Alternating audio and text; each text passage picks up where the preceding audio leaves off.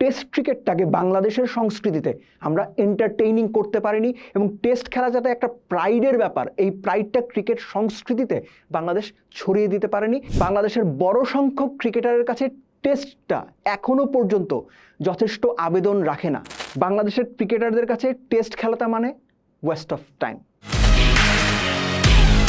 2025 test status পাওয়ার 25 বছর পূর্ণ করলো Bangladesh. Congratulations Bangladesh cricket board, congratulations Bangladesh cricket দল। একটা কুইজ আপনাদের জন্য, এই যে 25 বছরের পথ পরিক্রমা, এই 25 বছরে বাংলাদেশ কয়টা টেস্ট জিতেছে? যিনি জানেন আপনি জানেন, আর যিনি জানেন না প্লিজ দয়া করে মাথার উপরে খুব বেশি প্রেশার একদম দেবেন না। ভিডিওর একটা জায়গায় আমিই বলে দেব।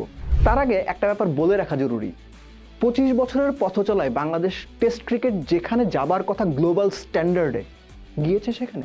ক্রিকেট বা টেস্ট ক্রিকেটের সংস্কৃতি বলতে আমরা যেটা বুঝি বাংলাদেশে গড়ে উঠেছে।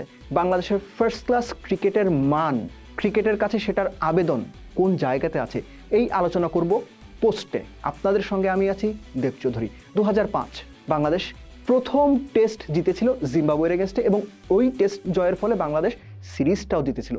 পরবর্তী 10 বছর, এক দশক, 2005 থেকে 2015, এই এক দশকে বাংলাদেশ টেস্ট জিতেছিল 7টা, এর মধ্যে 5টা ওই যে বলে না ওল্ড ফ্রেন্ড কিংবা ছোটবেলার বন্ধু, বুঝে গেছেন নিশ্চিতভাবেই জিম্বাবুয়ের এগেনস্টে। আর বাকি 2 টেস্ট খর্বশক্তির ওয়েস্ট ইন্ডিজের বিপক্ষে ওয়েস্ট ইন্ডিজে গিয়ে বাংলাদেশ ওয়েস্ট ইন্ডিজকে হারিয়েছিল সাকিব আল হাসানের নেতৃত্বে, এবং ওয়েস্ট ইন্ডিজ ক্রিকেটে তখন একটা স্ট্রাইক চলছিল, দ্বিতীয় সারির ক্রিকেটারদের দিয়ে দল গঠন করা হয়েছে। বাংলাদেশ টেস্ট সিরিজ জিতেছিল, 2 টেস্ট জিতেছিল। তারপর 2015 থেকে চলতি বছর অর্থাৎ 2025, এই 10 বছরে বাংলাদেশের টেস্টের অর্জনের ঝুলিতে বেশ কিছু পালক যুক্ত হয়েছে।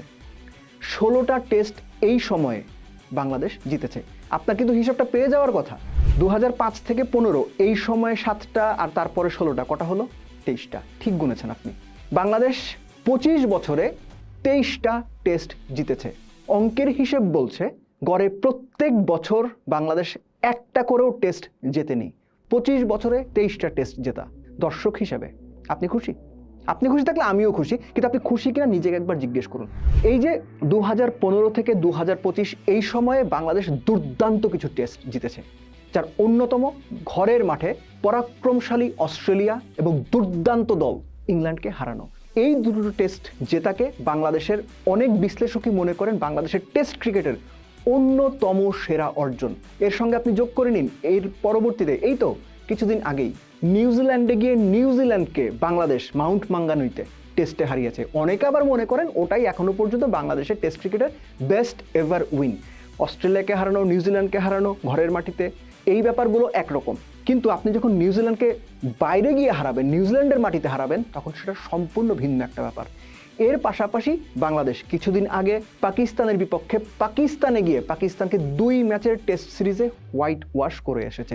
এটাও একটা ভালো অর্জন, বড় অর্জন। শুধু তাই নয়, বাংলাদেশ নিজেদের 100তম টেস্টে শ্রীলঙ্কাতে গিয়ে শ্রীলঙ্কাকে হারিয়েছে। অর্থাৎ এই যে 2015 থেকে 25 এই সময় যে বাংলাদেশ 16টা টেস্ট জিতেছে, এর মধ্যে বেশ কয়েকটা বড় দলকে বাংলাদেশ হারিয়েছে।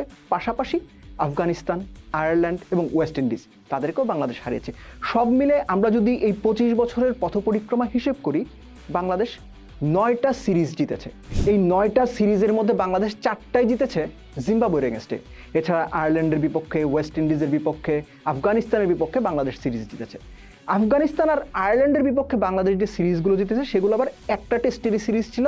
এখনো পর্যন্ত বাংলাদেশ সাউথ আফ্রিকা এবং ভারত, এই দুটো দলকে টেস্টে হারাতে পারেনি। নিউজিল্যান্ডকে 2 বার হারিয়েছে, পাকিস্তানকে 2 বার হারিয়েছে, অস্ট্রেলিয়া, ইংল্যান্ডকে 1 বার করে। সবচেয়ে বেশি অ্যাজ ইউ প্রেডিক্টেড জিম্বাবুয়ের এগেনস্টে। এই হচ্ছে মোটামুটি 25 বছরে বাংলাদেশের টেস্ট সাকসেস। এই সাকসেস যেটা আমি আগেই বলছিলাম যে 25 বছরে 23টা টেস্ট জেতা, এটা আপনি ভালোভাবে নেবেন নাকি আপনার চোখে এটা একটু নিচের দিকে, সেটা সম্পূর্ণ আপনার বিবেচনা, আপনার দায়িত্ব। কিন্তু টেস্টের স্ট্যান্ডার্ড অনুযায়ী Australia, England, south Africa, Bharat, এই দলগুলো যে জায়গাতে চলে গেছে, যেভাবে টেস্ট ক্রিকেটটা খেলছে, টেস্ট ক্রিকেট যে এন্টারটেইনিং মুডে সেখানকার দর্শকরা নিচ্ছে, সেই দেশের সাপোর্টাররা নিচ্ছে। টেস্ট চ্যাম্পিয়নশিপের ফাইনাল যদি আপনি দেখে থাকেন, পুরোটা সময় কি পরিমাণ দর্শক মাঠে হাজির ছিল, এই ব্যাপারগুলো যদি আমরা দেখে থাকি তাহলে বাংলাদেশের টেস্ট ক্রিকেটটা কোন জায়গাতে আছে। শুরু করেছিলাম এই আলোচনাটা দিয়েই, মাঝখানে এই কথাগুলো বললাম যে বাংলাদেশের টেস্ট ক্রিকেটে এই পর্যন্ত প্রাপ্তিগুলো কি কি। প্রথম এবং প্রধান কথা হচ্ছে বাংলাদেশ টেস্টের স্ট্যান্ডার্ডে, গ্লোবাল স্ট্যান্ডার্ডে যে জায়গাতে থাকার কথা ওই জায়গাতে নেই, ধারে কাছে নেই। এই সত্যটা সবার আগে মেনে নেওয়া জরুরি, তারপরে বাকি আলোচনা। বাংলাদেশের প্রথম যে সমস্যাটা সামনে আসে সেটা হচ্ছে টেস্টের সংস্কৃতি। বাংলাদেশের টপমোস্ট প্লেয়ারদের একটা বড় অংশ টেস্ট খেলতে চায় না। বাংলাদেশের ক্রিকেটারদের কাছে টেস্ট খেলাটা মানে ওয়েস্ট অফ টাইম। বাংলাদেশের বড় সংখ্যক ক্রিকেটারের কাছে টেস্টটা এখনো পর্যন্ত যথেষ্ট আবেদন রাখে না। তার কারণ কি? কেননা টেস্ট ক্রিকেটটাকে বাংলাদেশের সংস্কৃতিতে আমরা এন্টারটেইনিং করতে পারিনি, এবং টেস্ট খেলা যাতে একটা প্রাইডের ব্যাপার, এই প্রাইডটা ক্রিকেট সংস্কৃতিতে বাংলাদেশ ছড়িয়ে দিতে পারেনি। এর দায় বা ব্যর্থতা আপনি যাই বলেন, কিংবা দায়িত্ব, অবশ্যই বাংলাদেশ ক্রিকেট বোর্ডের। সাফল্য ব্যর্থতা যা কিছু আছে সবই বাংলাদেশ ক্রিকেট বোর্ডের। সাফল্যের ভাগ যদি তারা নেন, ব্যর্থতার দায়ও নিতে হবে। বাংলাদেশের ফার্স্ট ক্লাস স্ট্রাকচার, আপনি যখনই কোনো পার্টিকুলার একটা বড় টেস্ট প্লেয়িং নেশনকে হিসেব করবেন, ধরেন অস্ট্রেলিয়া কিংবা ইংল্যান্ড কিংবা ভারত, তাদের যে ফার্স্ট ক্লাস স্ট্রাকচার, সেখানে যে ধরনের ফ্যাসিলিটিস, সেখানে ক্রিকেটারদের যে পরিমাণ ইনভেস্ট কিংবা ক্রিকেট বোর্ডের যে পরিমাণ ইনভেস্ট, তারা তাদের স্ট্রাকচারটাকে যে পর্যায়ে নিয়ে গিয়েছে, খুব স্বাভাবিকভাবেই সেখান থেকে প্রতিদ্বন্দ্বিতাপূর্ণ ক্রিকেট খেলে দারুণ মানসম্পন্ন গ্লোবাল স্ট্যান্ডার্ড ক্রিকেটার তৈরি হচ্ছে। বাংলাদেশের ফার্স্ট ক্লাস ক্রিকেট কোথায় দাঁড়িয়ে আছে? এখনো পর্যন্ত বাংলাদেশের ফার্স্ট ক্লাস ক্রিকেটকে অনেক ক্রিকেটারই বলেন, রসিকতা করে না, সিরিয়াসলি বলেন, এটা একটা পিকনিক ক্রিকেট। উইকেটের মান বলেন, খেলার মান বলেন, ফ্যাসিলিটির ব্যাপার বলেন, সব কিছু মিলে বাংলাদেশের ফার্স্ট ক্লাস স্ট্রাকচারটা এখনো পর্যন্ত ক্রিকেটারদের কাছে ওই আবেদন তৈরি করতে পারেনি যে না, আমি ফার্স্ট ক্লাস ক্রিকেটার হব, আমি ফার্স্ট ক্লাস ক্রিকেটার হয়ে নামের পাশে 5,000, 8,000, 10,000 রান করে একটা মার্ক রেখে যাব। এই সংস্কৃতি বাংলাদেশে তৈরি হয়নি। একই সঙ্গে এই সংস্কৃতিগুলো তখনই তৈরি হয় যখন পার্টিকুলার কোনো cricket board, not necessary Bangladesh, যখন কোনো পার্টিকুলার ক্রিকেট বোর্ড তার ফার্স্ট ক্লাস স্ট্রাকচারকে ভ্যালু করে। আপনি বাংলাদেশের বিভিন্ন ভেন্যুতে যেখানে ফার্স্ট ক্লাস ক্রিকেট হয়, আপনি যাবেন, সেখানে ড্রেসিং রুমের অবস্থা দেখবেন, আপনার চোখ কপালে উঠে যাবে।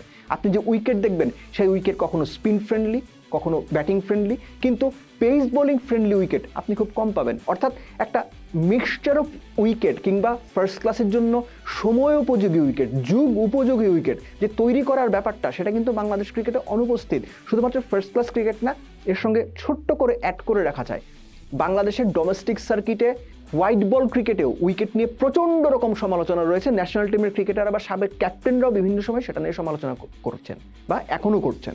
কাম down to test cricket again, যে বাংলাদেশের যে স্ট্রাকচারটা তৈরি হয়ে আছে, এই স্ট্রাকচারটা ফার্স্ট ক্লাসে দ্বিস্তর বিশিষ্ট করা হয়েছে, যে 2 টায়ার, দুটো দল নামবে, দুটো দল উঠবে। আবার শুনছি নতুন করে স্ট্রাকচার করার চেষ্টা করা হচ্ছে।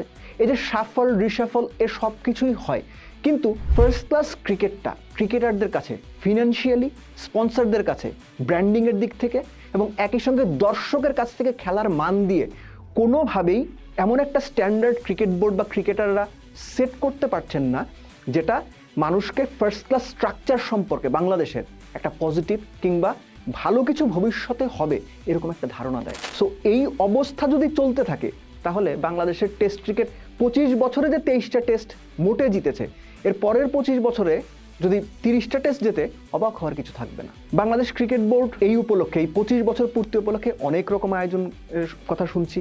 সম্মানিত বোর্ড সভাপতি আমিনুল ইসলাম বুলবুল গণমাধ্যমে কথা বলছেন, তিনি জানিয়েছেন বিভিন্ন বিভাগে বিভিন্ন রকম কুইজ হবে, প্যানেলসদের অংশগ্রহণ থাকবে, বিভিন্ন রকম বাচ্চাদের খেলার আয়োজন করা হবে। সবই ঠিক আছে, এ সব কিছু উদযাপনের অংশ, কিন্তু এই উদযাপনের অংশ ছাপিয়ে মাঠের ক্রিকেটটা, ফার্স্ট ক্লাস ক্রিকেটটা কবে ভালো হবে, কিভাবে ভালো হবে, কাদের মাধ্যমে ভালো হবে, কোন স্ট্রাকচারে গেলে ভালো হবে, এই ব্যাপারগুলো সম্পর্কে সুনির্দিষ্ট যুগোপযোগী সিদ্ধান্ত নেওয়া এই মুহূর্তে সবচেয়ে জরুরি। নইলে এই যে বললাম, টেস্ট স্ট্যাটাস পাওয়ার 25 বছরে বাংলাদেশ মোটে 23টা টেস্ট জিতেছে।